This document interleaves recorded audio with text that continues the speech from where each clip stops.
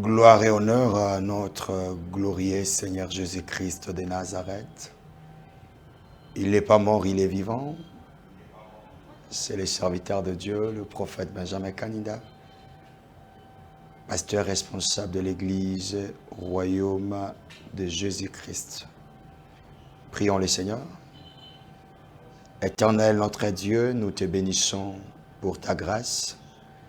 Nous t'exaltons pour ton amour incommensurable. Tu as voulu encore que nous puissions nous retrouver ce soir pour parler de ta part.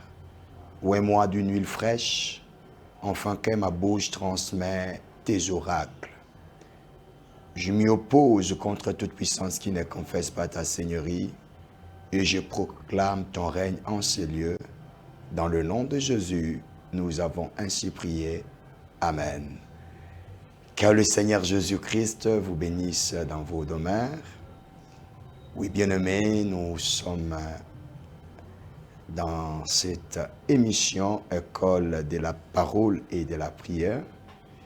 Et j'ai toujours l'habitude de dire, dans une école, on vient apprendre.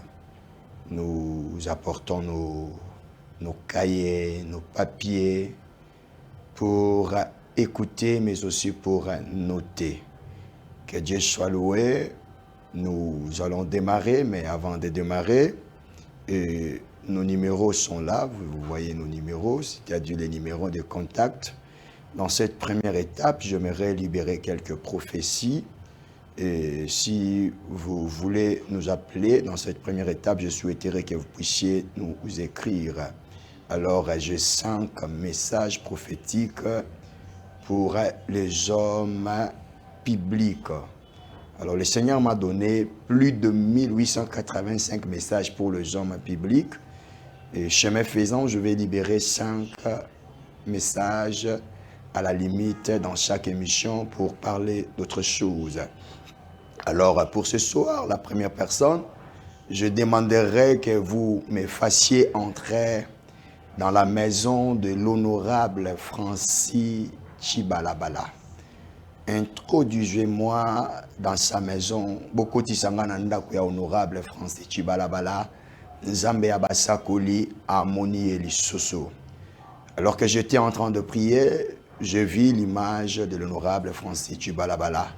Et Dieu m'a donné ce message que j'aimerais le dire ici. Et avant de le dire, j'aimerais préciser une chose. Le but du prophétique, ce n'est pas d'humilier les gens. Le but du prophétique, c'est pour édifier, mais aussi pour orienter. L'honorable Francis Chibalabala, et Dieu m'a dit de vous dire, je n'ai pas compris une seule phrase que j'ai entendue. Dieu m'a dit de vous dire, soyez un intercesseur pour les chefs. Soyez un intercesseur pour les chefs. Et quand je parlais du chef, je voyais le président de la République. Et Dieu vous a établi comme son intercesseur. Vous êtes avocat, vous comprenez mieux l'expression intercesseur. Un intercesseur, dans votre langage, on peut l'appeler comme avocat, on peut l'appeler comme défenseur. Et Dieu m'a dit de vous le dire ainsi. Mais aussi, Dieu m'a dit une chose, faites trop attention. Pourquoi? Parce que tu es quelqu'un qui est dans le cœur du chef. Beaucoup de gens voudront vous piéger en enregistrant des audios pour rapporter vos dires. Je sais que vous êtes un homme sage, renforce encore la sagesse parce qu'il y a une grande gloire qui est sur le point d'arriver devant vous. Et ce qui reste, c'est tellement confidentiel. Je souhaiterais vous rencontrer pour vous parler de vive voix. Que le nom du Seigneur soit béni. Et j'ai un autre message, introduisez-moi encore chez l'honorable Ogi Kalonji. Cet homme, quand j'étais en train de prier, j'avais de la joie quand le Seigneur m'a fait montrer dans la vision votre image, honorable Ogi Kalonji. Et Dieu m'a parlé vraiment beaucoup sur vous, mais ici je n'aimerais que libérer quelques messages, quelques lignes de ce que Dieu m'a dit. Premièrement, Dieu m'a dit de vous dire, n'oublie pas d'où tu viens. Tu sais comment il a marché avec toi, c'était graduellement. Là où tu es, c'est lui qui t'a amené là-bas. Mais Dieu était en train d'insister sur une chose, reste accroché à lui et à lui seul. C'était ce que Dieu était en train d'insister. C'était comme une voix qui résonnait dans mes oreilles, dit à mon fils, à l'honorable, d'être attaché à moi et à moi seul.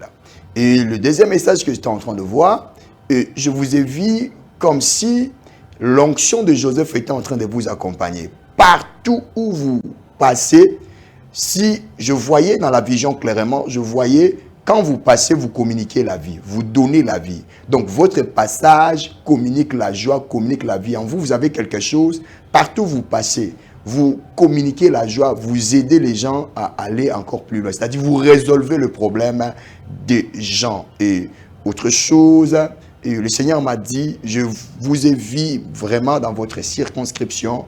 Je vis Dieu prendre votre nom, élever dans votre circonscription, et après je vis votre nom dans toute l'étendue de la République démocratique du Congo. Ce qui reste, il y a des choses que je ne souhaiterais pas le partager à la télé, et je souhaiterais vous le parler en face.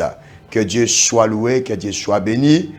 Introduisez-moi encore dans la maison ou dans le bureau de ministre Eliezer Tamboué. Monsieur le ministre, Dieu vous a vu. Mais je ne sais pas, monsieur le ministre Eliezer Tamboué, ce que vous avez fait pour Dieu. Je ne le sais pas. Parce que Dieu m'a dit de vous dire jusqu'à présent, vous n'avez encore rien vu. Jusqu'à présent, vous n'avez encore rien vu. Dieu va vous élever dans ces pays comme pas possible. C'est ce que j'avais vu dans la vision. Mais il y a encore un message très, très important que je ne souhaiterais pas le dire ici. Monsieur Eliezer, le ministre, je souhaiterais vous rencontrer pour vous le dire en face. Pourquoi? Parce qu'il y a comme un complot dans le monde des ténèbres et ce complot est en train de viser votre santé. De viser votre santé, il faut qu'on se voie pour compris. Parce que je vous ai vu commencer à tomber malade après malade. C'était comme une maladie, comme la forme de l'hypertension. Et puis la maladie a pris un autre envol. Et Dieu m'a dit de vous dire, vous devez vous lever dans la prière. Il y a certaines choses qu'il va falloir que nous puissions nous voir pour que je puisse vous les parler en face. Que le nom du Seigneur soit béni. Introduisez-moi encore chez le quatrième message dans la maison de cet artiste musicien Héritier Watanabe. Héritier Wata, Dieu ta vie. C'est bizarre. Hein? Je suis un prophète de Dieu. Je ne transmets que ce que Dieu m'a demandé de transmettre. Et je ne viens pas faire du n'importe quoi, mais je viens dire ce que Dieu m'a dit de dire. Monsieur Héritier Watanabe, Dieu m'a dit beaucoup de choses. Il m'a parlé longuement sur vous. Le message que j'ai reçu, s'il y a des messages qui ont traîné sur le message d'Héritier Watanabe. Et Dieu m'a dit beaucoup de choses, mais la première des choses, Dieu m'a dit de vous dire, vous allez finir par diriger le ministère de la culture et art. Dans les jours à venir, dans les années à venir, Dieu m'a dit, Héritier Watanabe sera parmi les ministres. Et Dieu m'a dit ceci, voici le chemin. Dieu m'a dit de te dire, dis à Héritier d'étudier. Dis à Héritier de répondre les études.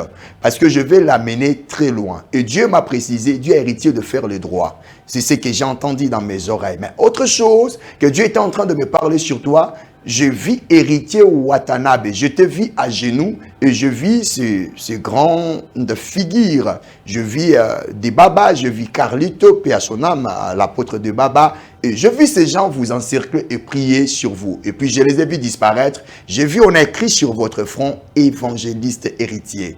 Héritier, l'appel de Dieu est sur vous. Fais ce que tu peux faire. Marche comme tu voudras marcher. Mais le temps de Dieu va sonner et Dieu va te récupérer parce que tu as une mission avec le Seigneur. Que Dieu soit loué. Et introduisez-moi encore dans la maison de Fiston Saïsaï. Ah, je pense que je dois me limiter ici. Fiston Saïsaï, l'artiste, que Dieu te bénisse, Dieu ta vie, Monsieur Fiston Saïsaï. Et Dieu m'a dit de te dire une chose, parce que je vis, tu t'es mis de barrière. Dieu m'a dit de te dire, dis à Fiston Saïsaï, il n'a même pas développé tout ce dont j'ai mis en lui. Dieu m'a amené dans un puits de pétrole. Et lorsqu'on extrait le pétrole, dans les traitements, il y a beaucoup de minéraux, il y a beaucoup de matière qui sort du pétrole. Et Dieu m'a dit, fiston Saï, c'est comme du pétrole. En lui, il y a beaucoup de talents, beaucoup de talents. Et Dieu m'a dit de te dire, ne te limite pas là où tu es. Tu as encore beaucoup de talents en toi qui sont non exploités. Tu dois savoir utiliser tous ces talents parce que Dieu sait pourquoi il te l'avait donné. Que Dieu te bénisse. Et je souhaiterais te parler de vive voix pour de plus ample précision. Alors, je parlais déjà de 5 personnes. Je pense, je dois devoir me limiter ici. Mais il y a un message, un 6e message dans le lot que j'aimerais libérer sur Messier Fumutoto. Monsieur Fumutoto, Dieu m'a dit de vous dire, gardez votre sang-froid parce que j'étais en train de voir les gens qui venaient derrière vous, vous surpasser, vous dépasser. Mais vous étiez en train de marcher et bizarrement, vous étiez très objectif. Et ils étaient en train de courir et ils vous dévançaient, mais vous étiez en train de marcher lentement. Et je vous ai vu arriver quelque part, les gens étaient en train de vous acclamer comme pas possible. Et Dieu m'a dit de vous dire, restez calme parce que Dieu va vous élever dans ces pays, dans cette nation. On parlera de Fumutoto et Dieu m'a dit une autre chose sur vous. Gardez la bonne morale parce que vous êtes un modèle pour la jeunesse. Dieu m'a parlé de Fumutoto comme une école. Il y a une école qui sortira de toi et tu es une école et beaucoup de jeunes vont s'inspirer de toi dans les domaines de la politique. C'est tout ce dont Dieu m'a dit. Et si vous souhaitez de plus amples précisions, je suis disponible. Cherchez-moi et on va en discuter. Que le nom du Seigneur Jésus-Christ soit béni. Et nous entrons dans la deuxième partie. Mais j'aimerais, avant d'entrer dans la deuxième partie, parler d'une chose. Union de serviteurs de Dieu pour l'épanouissement de l'Église. Cette plateforme dirigée par les révérends prophètes Jérémie Mabondo organise une conférence déguisement pour les hommes serviteurs servantes de Dieu.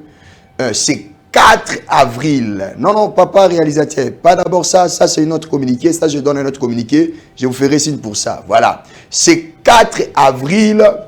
À partir de 8 heures, nous serons à l'église du pasteur Dada, et c'est là-bas où nous serons. L'adresse, c'est l'avenue, excusez-moi de prendre cette adresse. Nous serons sur l'adresse Kusangila numéro 3, c'est quartier 1 Zouziouambombo. C'est juste derrière Marché de la Liberté, à l'église Mission Évangélique Bethesda, qui dirige le révérend pasteur Dada. Venez nommer, c'est 4 avril. Et Dieu va se glorifier. Qu'est-ce que j'aime avec ça?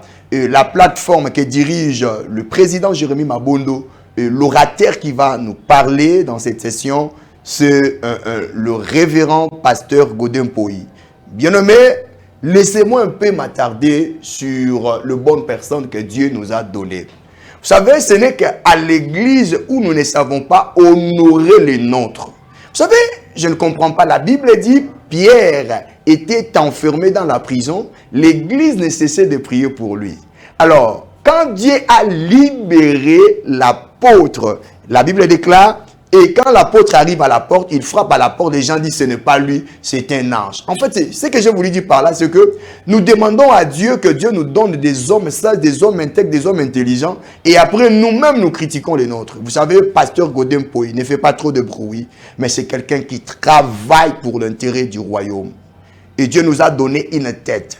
Il est professeur, il est pasteur, il assume de grandes responsabilités. Et c'est lui qui sera notre orateur ce 4 avril dans cette conférence. Alors venez nommer, ne manquez pas. Ici, nous aimerons aussi signaler tous les hommes de Dieu qui ont un problème des documents, de vouloir nous contacter. Parce que la Bible dit toute autorité vient de Dieu, l'État c'est Dieu qui l'a établi.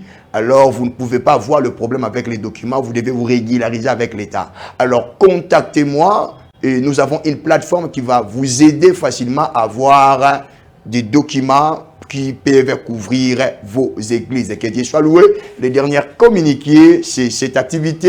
Je demanderai à mon réalisateur, s'il est avec moi, de mettre cette affiche. Alors, c'est C'est notre première rencontre, émission École de la parole et de la prière. Nous organisons une journée, une soirée d'enseignement. Déjà, c'est dimanche le 26 avril. Donc, les derniers dimanches du mois d'avril, sera là de 15h30 à 18h30. Bien nommé, l'adresse c'est Kintaku. On sera à la sainte de l'église royaume de Jésus-Christ, Kintaku, numéro 36 D bis. Référence Kipak, là où on joue les GD6 et dans la commune de Matete. Et il y a des choses que nous allons parler, il y a des choses que Dieu nous a dit. Alors enregistrez déjà cette affiche, faites-vous enregistrer parce que Dieu va se manifester. Que le nom du Seigneur Jésus soit béni, soit béni, soit béni.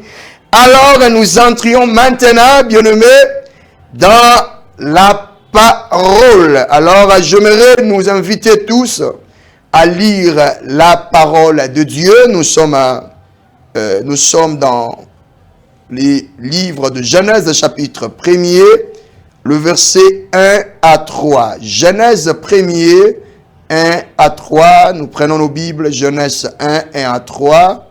La Bible déclare: au commencement, Dieu créa les cieux et la terre. La terre était informe et vide. Il y avait des ténèbres à la surface de l'abîme, et l'Esprit de Dieu se mouvait au-dessus des eaux. Dieu dit que la lumière soit, et la lumière fit. Parole du Seigneur. Que le nom de notre Dieu soit élevé. Bien-aimés frères, sœurs dans le Seigneur, les thèmes que nous allons partager pour cette session dans cette école s'intitule la puissance de la parole de Dieu. C'est notre thème, la puissance de la parole de Dieu. Alors, si nous n'arrivons pas à finir avec ça dans cette session, la session prochaine, on pourra continuer. La puissance de la parole de Dieu. J'aimerais plus m'atteler sur les concepts parole. Bien-aimés frères, sœurs, dans le Seigneur, vous devez comprendre que la Bible a été écrite en 3 langues. L'Ancien Testament a été écrite en grande partie par la langue aramaïenne et l'hébreu, mais le Nouveau Testament a été écrit par le grec. C'est ainsi, lorsque nous sommes en train de parler de la Bible, il est important de faire recours toujours à la langue ou aux langues originelles pour avoir plus d'éclairage. Alors, et lorsqu'on parle de la parole, et en grec, ce mot, c'est logos.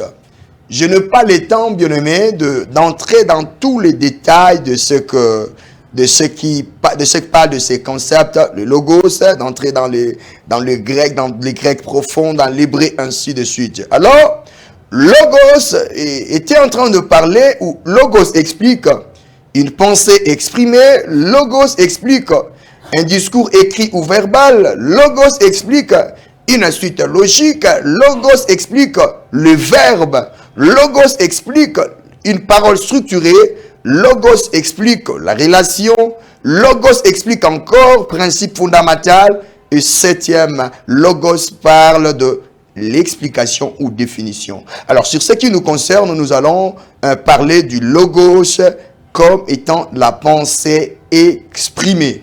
Que le nom du Seigneur Jésus-Christ soit élevé. Donc, nous prenons la définition lorsqu'on parle de la parole. La parole, c'est la pensée exprimée. C'est de là où nous allons nous atteler. Mais avant d'aller plus loin, j'aimerais nous dire une chose.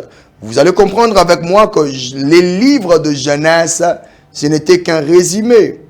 Le livre de Genèse, ce n'était qu'un résumé que Dieu a relaté à Moïse. C'est ainsi, vous allez voir dans les livres de Genèse, il y a beaucoup de choses qui demeurent de mystère. Et je pense, à mon humble avis, que Dieu a voulu garder certaines choses mystères, c'est juste pour aussi garder sa partie mystérieuse. Parce que la Bible déclare dans Deutéronome chapitre 29, le verset 29, ce qui est caché reste à Dieu, ce qui est révélé est à nous. Quand vous lisez le livre de Genèse, bien aimé, vous allez voir, on ne nous a pas dit clairement de quelle matière que Dieu a créé le zoo. Mais vous allez voir, lorsqu'il s'agit de l'homme, nous connaissons l'histoire. Dieu a pris la poussière, il a formé l'homme, il insufflant dans ses narines, l'homme devint. Mais lorsqu'il s'agit de zoo, on voit la Bible commence, l'épisode commence directement là où nous voyons l'Esprit de Dieu se mouvoir au-dessus des eaux. Alors ici, j'aimerais préciser, il y a des courants théologiques et quelques livres apocryphes et qui avancent des hypothèses comme que entre le verset 1er et le verset 2e du livre de Genèse, ils disent c'est entre ces deux versets-là qu'il y a eu ce que nous appelons la précipitation de Lucifer, ou soit la première précipitation de Lucifer, parce que Lucifer sera précipité deux fois. La première précipitation, il a été précipité de la présence de Dieu. Il occupe maintenant les airs. Et la deuxième précipitation, Michael va combattre contre lui. Il sera encore précipité sur la terre. Voilà, ils disent, c'est de là où Lucifer a été précipité. Mais aussi, ils évoquent une hypothèse selon laquelle il y a un monde préexistant ou pré-adamique. Voici les éléments qu'ils avancent. Avant qu'Adam n'existe sur la terre, il y a eu un monde dont on ignore le genre de créatures qui y vivaient. Mais aussi ce monde s'était mal comporté, ce qui avait conduit à sa destruction. Le jugement qui s'est passé dans le monde pré-adamique, c'est la même chose qui s'est fait dans les temps de Noé, c'est-à-dire les déluges. C'est ainsi l'épisode commence où nous voyons l'Esprit de Dieu en mouvement sur les eaux pour la récréation. Ce que je vous ai relaté, ce sont des affirmations de courants théologiques et vous allez les retrouver dans quelques livres apocryphes. Mais pour ce qui nous concerne, ces affirmations ne sont que des hypothèses, mais quant à notre foi, elle ne doit pas être basée sur des hypothèses, mais sur la connaissance exacte de notre Seigneur Jésus-Christ. La foi n'est pas basée sur les hypothèses, mais la foi est basée sur la connaissance exacte de la personne de Jésus-Christ. Entrons maintenant dans le vif du sujet. Le thème, nous sommes en train de parler de la puissance de la parole. Et je vous ai dit, je m'y attellerai, je vais plus m'atteler sur les concepts parole. Entrons maintenant dans le vif du sujet, bien aimé. La première fois où Dieu a ouvert sa bouche lors de la création pour parler, c'est très important, bien aimé, de comprendre et de savoir et d'étudier avec profondeur ce qui sort en premier. Bien aimé, le premier mot ou la première phrase qui sort de la bouche de Dieu quand il parle, la Bible dit, puis Dieu dit que la lumière soit. Oh mon Dieu, je lève ma main comme un prophète de Dieu. Je déclare que la lumière de Dieu luise dans ta maison, luise sur tes enfants, luise sur ton entreprise, dans le nom glorieux de notre Seigneur Jésus-Christ de Nazareth. Voilà pourquoi, bien aimé, je dis, il est important d'étudier d'une manière si sainte ce concept de lumière. Pour ne pas divaguer avec les termes hébraïques et grec compte tenu du temps, nous allons parler de la lumière dans deux dimensions. La première dimension, nous allons parler de la lumière comme Jésus-Christ. Et la deuxième dimension, nous allons parler de la lumière comme étant la révélation. Alors la lumière comme Jésus-Christ, avant encore d'entrer en profondeur, avant d'entrer dans les eaux profondes, nous devons comprendre que la lumière du verset 3 de Genèse chapitre 1er est différente de la lumière du verset 14. C'est-à-dire, dans Genèse chapitre 1er, il y a deux lumières. Il y a la lumière du verset 3e, et puis il y a la lumière du verset 14e. Hosanna, gloire à l'agneau. La lumière du verset 3, c'est le premier fils engendré par Dieu. Ceci symboliquement est interprété dans la théologie christique comme Jésus-Christ. Parce que là où nous venons de lire, on dit la terre était informe et vide. On dit les ténèbres couvraient la surface de l'abîme. Et Dieu dit que la lumière soit et la lumière fit. Et on a dit symboliquement, dans la théologie christique, on voit cette lumière comme étant la personne de Jésus-Christ de Nazareth. C'est ainsi, lorsque vous lisez Jean chapitre 1er, le verset 1 à 3, la Bible dit, je prends le verset 1 à 4, je prends même le verset 4, on dit, en elle était la vie et la lumière des hommes. Donc Jésus-Christ de Nazareth est la lumière. Que le nom du Seigneur Jésus-Christ soit béni abondamment. Donc, dans le verset premier, dans le chapitre 1er, le verset 3e, la lumière, symboliquement, parle de Jésus-Christ de Nazareth. Et les ténèbres, symboliquement, expliquent aussi Satan, le diable, l'auteur du mal. Il y a des versets bien-aimés qui peuvent soutenir ce que nous sommes en train de dire. Lorsque vous lisez Jean chapitre 1, le verset 4 à 5, Jean chapitre 8, le verset 12, Jésus parle qu'il est la lumière, et Jean chapitre 1, le verset 9, et 2 Corinthiens 4, 6. Raison par laquelle Dieu ne pouvait pas créer dans les ténèbres. Il faut que les ténèbres soient d'abord dissipées avant que Dieu réorganise les choses. Ici, nous sommes en train de parler de la réorganisation. Mais vous devez comprendre la première des choses que Dieu a eu à faire. Quand Dieu a trouvé les tohu-bohi, quand Dieu a trouvé les chaos, la première des choses que Dieu a eu à faire, Dieu a fait appel à la lumière. C'est la lumière qui a permis à Dieu de voir clair. Et cette lumière est le symbole de Jésus-Christ de Nazareth.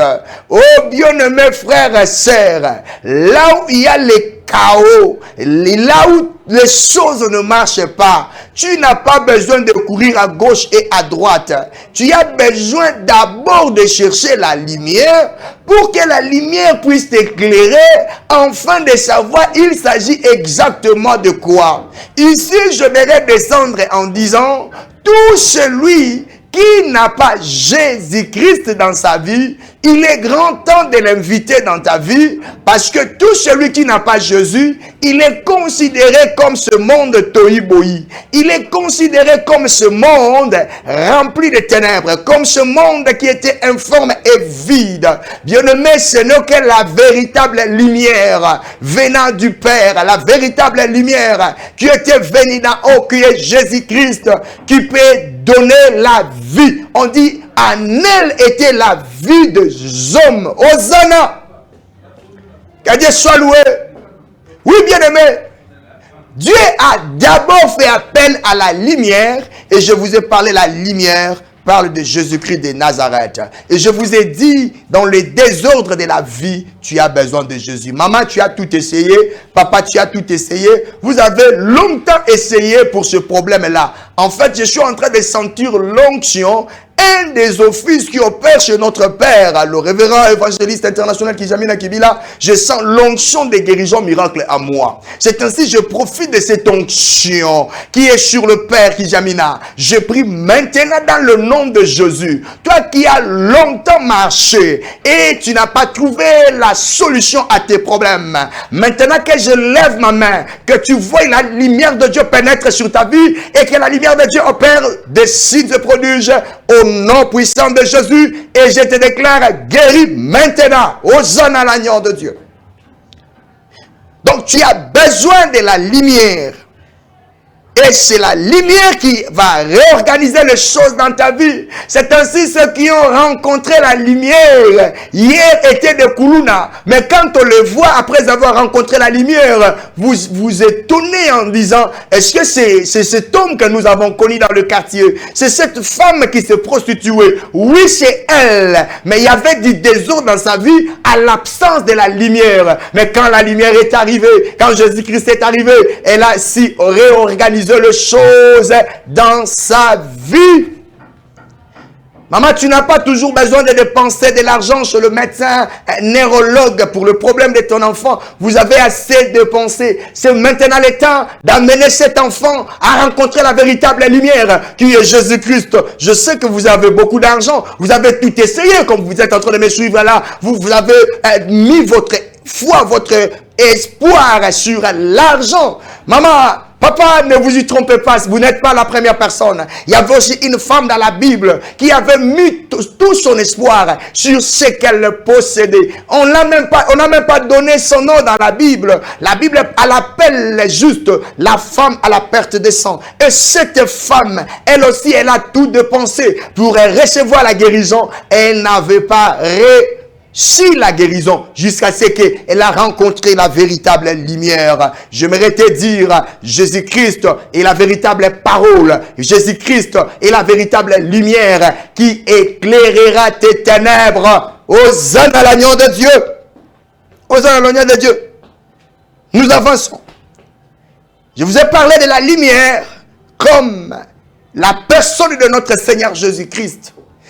Et deuxièmement, je vous parle de la lumière comme la révélation. Cette notion encore, la révélation, elle est aussi vaste. Mais nous n'allons pas nous concentrer sur la révélation comme la connaissance. Pardon, j'étais en train de dire, nous allons plus nous concentrer sur la révélation comme la connaissance. C'est ce que les Écritures nous disent dans Osée chapitre 4, le verset 6. La Bible dit, par manque de connaissances, mon peuple est détruit. Et la Bible dit, un peuple qui marche sans révélation est un peuple qui marche sans frein. Donc la lumière, je vous ai dit, primo, la lumière parle de notre Seigneur Jésus-Christ. Et secondo, la lumière parle de la révélation. Et la révélation, nous prenons l'aspect de la connaissance. Et j'aime dire une chose, seule la connaissance de ta mission qui te distinguera des autres. Je vois beaucoup de gens apprendre, je vois beaucoup de gens étudier, je vois beaucoup de gens avoir des diplômes, avoir des doctorats. Ce n'est pas mauvais d'étudier, d'ailleurs j'encourage les gens à étudier et moi-même j'étudie. Mais ce que j'aime plus, il va falloir étudier, c'est pourquoi tu as été mandaté sur la terre. Lorsque tu approfondis des recherches, tu approfondis la connaissance sur ce pourquoi tu as été mandaté sur la terre, c'est en ce moment-là qu'il y aura la différence. Mais quand tu n'as pas la révélation de ta mission, de ta personne, bien-aimé, tu vas toujours divaguer, tu vas toujours être derrière les autres, tu vas toujours faire les copies-coller. Que le nom du Seigneur Jésus-Christ soit béni. Quand je parle de la connaissance, écoutez ce que la Bible dit.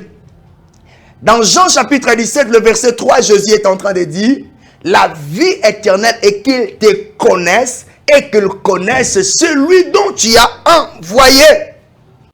Celui dont tu as envoyé. J'aimerais parler à quelqu'un ce soir. Il y a des temps, il y a des moments où on a mis la connaissance à part. Bien aimé, dans mon livre que j'ai fini depuis 2020, qui s'intitule La moisson finale. Bientôt, je vais le publier. Et volume 1, j'ai dit ceci. Je parlais de la crise de l'église actuelle. La crise de l'église actuelle, c'est quelle crise? C'est cette crise de vouloir manifester la puissance de Dieu sans la connaissance. Bien-aimé, Dieu ne peut pas permettre à quelqu'un qui n'a pas la connaissance de bien vouloir manifester sa puissance. C'est comme si vous prenez une arme à feu, vous le remettez entre les mains d'un fou. Bien-aimé, une arme à feu, vous le donnez entre les mains d'un fou, ce fou peut tirer même la personne qui lui a donné cette arme-là. C'est ainsi les personnes qui manifestent la puissance sans la connaissance, ils commettent beaucoup de bavures au sein de l'église. Ils commettent beaucoup de dégâts. La plupart de ces personnes, ils finissent à devenir des secteurs. Réalisez l'histoire de l'église, vous allez voir la personne qui ont mis la connaissance dans le dos, c'est-à-dire derrière eux, la personne qui n'ont pas laissé la connaissance de conduire. Et au nom de la puissance, ces gens sont devenus de personnes qu'on a divinisées. Alléluia. Mais écoutez ce que la Bible dit. Dans Jean chapitre 8, la Bible dit d'abord, vous connaîtrez la vérité et la vérité vous affranchira. Il y a deux choses ici. Il y a la connaissance et il y a la puissance qui accompagne ceux qui ont la connaissance. C'est-à-dire l'affranchissement, c'est une branche de la délivrance qui nécessite la puissance. Mais Jésus commence d'abord par la réception de la connaissance. Moi, je suis étonné aujourd'hui, quelqu'un t'invite. Il dit, bon, moi je t'invite, arrête avec tes enseignements là, et tu es ici, et ce que tu dois faire, tu pries, tu amènes les gens dans la prière. Non, non, non, non, non, non. Non, non, non, non, non. La Bible déclare, Actes chapitre 4, les apôtres que nous prêchons, la Bible dit dans Actes chapitre 2, le verset 42, on dit, l'église persévérait dans l'enseignement des apôtres, dans la communion fraternelle, dans le fraction du pain et le prière. Frère, si je peux parler français, c'est parce qu'on n'a pas imposé les mains. Non, non. Le français que je parle, on ne m'a pas imposé les mains. J'ai appris. La connaissance que je dégage, on ne me l'a pas dit comme ça. J'ai passé par l'école du Seigneur. Je passais à l'écoute de Dieu. J'aime dire ceci. Vous savez, l'onction, vous pouvez l'avoir. Dans 3 jours, tu t'enfermes dans ta maison, tu pries le Seigneur va te remplir, tu as l'onction. Mais la connaissance, bien aimé, prend du temps. C'est ainsi la faiblesse de l'église actuelle, c'est cette phase-là de la connaissance. Voilà pourquoi remarquez, la plupart de nos églises, c'est difficile que les autorités puissent y venir. Pourquoi? C'est à cause de notre manière de faire les choses. Biso toza bato molimo, toza ba charismatique te. Bino bato bandi ko za bato molimo te. Bato molimo e banda na bantoma. Chiko bantoma wana bavanda na makola Yesu ba yekola. Les apôtres ont passé 3 ans et demi à l'école, à l'université de Jésus-Christ de Nazareth. C'est ainsi, dans Acte 4, la Bible dit, quand l'apôtre Pierre est en train de parler, le Sanhédrin réuni dit, mais cet homme ici n'a pas étudié, d'où lui vient cette connaissance? Ah, bien aimé, parce qu'il a appris. Il a appris. Il a appris. Ici, j'aimerais plus privilégier la connaissance de ta mission. Voici les 5 questions qui vont t'aider à réfléchir. La première question que tu dois te poser, bien-aimé, c'est qui suis-je? C'est la question de l'identité. Qui es-tu? Un jour, je posais la question à quelqu'un, qui es-tu? Il me parle, il cite son nom. Je suis Benjamin Kaninda. Non, non. Qui es-tu? C'est la question de l'identité. Qui es-tu? C'est comme Moïse, méconnaissant son identité, la Bible déclare Moïse qui ne se connaissait pas, qui ne savait pas ce qu'il était quand il a rencontré Dieu. Et Dieu était en train de lui parler qu'il devait aller en Égypte pour libérer. Moïse discutait avec Dieu. Pourquoi? Parce qu'il ne connaissait pas qui il était. Il était qui? Moïse était le libérateur. Il était né pour libérer. J'aimerais dire à quelqu'un, apprends à connaître qui tu es. Nous serons jugés devant Dieu. Nous ne serons pas jugés seulement pour le péché, mais nous serons aussi jugés sur les choses que Dieu nous a mandaté à accomplir sur la terre, dont nous n'avions pas accompli. Alors j'aime dire, il y a des personnes qui iront au ciel. Il y a des personnes qui entreront au ciel. Mais ces gens-là, Dieu va leur dire, regarde, si tu avais tout fait par rapport à ta mission, regarde là où tu seras. Regarde la couronne qui sera sur ta tête. Il y a d'abord cette question que tu dois te poser. Qui suis-je? Je suis qui, moi? Je suis qui, moi? Qui suis-je? Tu es qui? On me fait le signe déjà. Qui suis-je? La deuxième question. D'où viens-je? Je viens d'où, moi? La première, quand tu parviens déjà à te définir, bien-aimé, c'est déjà un chemin vers l'orientation de la réussite de ta mission, un chemin vers la révélation de ta vie, Hosanna. Qui suis-je? Moi, là, il n'y a personne qui va m'intimider. Il n'y a personne. Parce que je connais qui je suis. Je connais ma valeur. Ma valeur ne dépend pas de ce que les gens diront de moi. Ma valeur ne dépend pas de ce que les autres diront de moi. Ma vie n'est pas définie, n'est pas marginalisée par les hommes. Je connais ma vraie valeur. Je connais qui je suis. Je connais, je suis un prophète de Dieu, envoyé pour écrire des livres, envoyé pour orienter le peuple de Dieu dans le message, de messages remplis de profondeur et à préparer l'église du Seigneur à la rencontre de Dieu. Je sais ça très bien. Personne ne va me l'ôter. La deuxième question c'est, je viens d'où moi? Tu ne viens pas dans le sein de ta mère. Tu ne viens pas dans le sein maternel. La Bible dit, on parle de Jérémie, avant que tu sois dans le ventre de ta mère, je t'avais déjà choisi. Je t'avais établi. Donc, nous venons tous quelque part. Mon frère, tu viens quelque part. Nous venons de l'éternité. Ma sœur, tu viens de l'éternité. Alors à l'éternité, quand on t'envoie sur la terre, c'est pour accomplir une mission. Et la mission que tu dois accomplir, c'est ce à quoi Dieu t'a destiné. C'est unique à toi. C'est unique à toi. C'est unique à toi. La troisième question, c'est pourquoi je suis ici. Pourquoi Dieu a voulu que tu sois là où tu es. La raison. Et cette question relève du potentiel. Pourquoi je suis ici? Je suis ici pour répondre à cette question. Je suis ici pour sortir cette famille de la pauvreté. Je suis ici pour éclairer les nations, pour éclairer les vies. Ainsi que la quatrième question, que puis-je faire? Que puis-je faire? Qu'est-ce que je dois faire? Qu'est-ce que je dois apporter? Et la cinquième question est où est-ce que je vais? Où est-ce que je vais? Quelle est ma finalité? Quelle est ma finalité? C'est la question que nous parlons, la question de la destinée.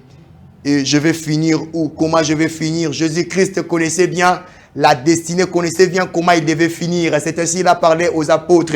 Il dit, on va m'arrêter, puis on va me tuer, je vais ressusciter, je rentrerai auprès du Père. Bien-aimé, tu dois connaître comment tu dois finir. Ne dis pas que,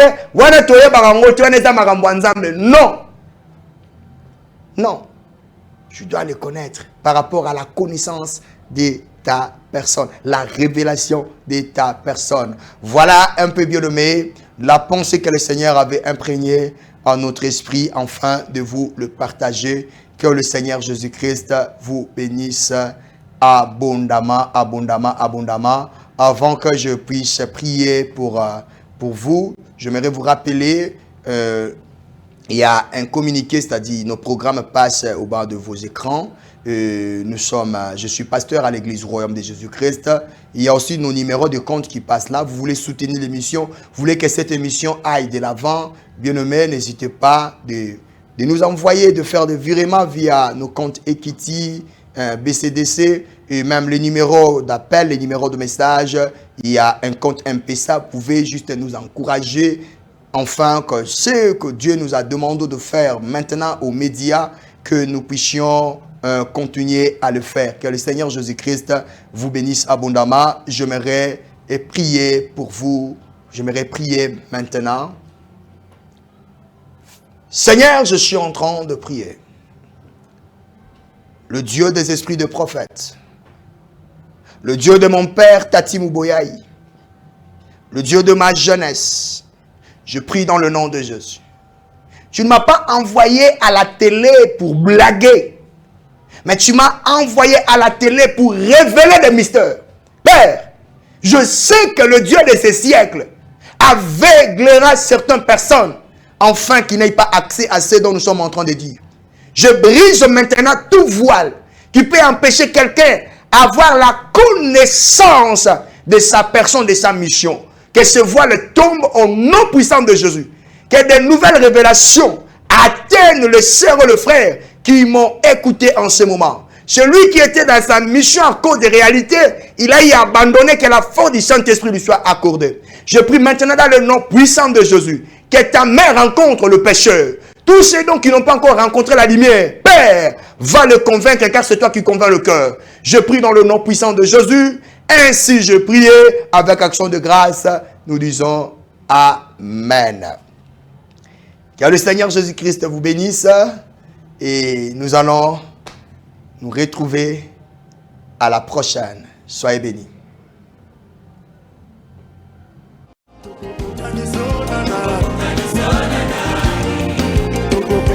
sonana